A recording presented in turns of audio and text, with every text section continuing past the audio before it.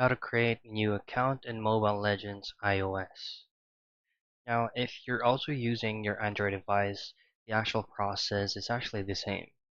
Now, for iOS, just simply open up the application and make sure that you are logged in and you're using the latest version of the app. Now, if you go directly into your profile picture at the top left portion of your screen, you should be able to see your account tab at the last option of the left portion. Now, if you want to create a new account, a new Moonton account, your email address that you'll be using for this um, is still not in use or connected on any of the third-party accounts that you have on your Mobile Legends account.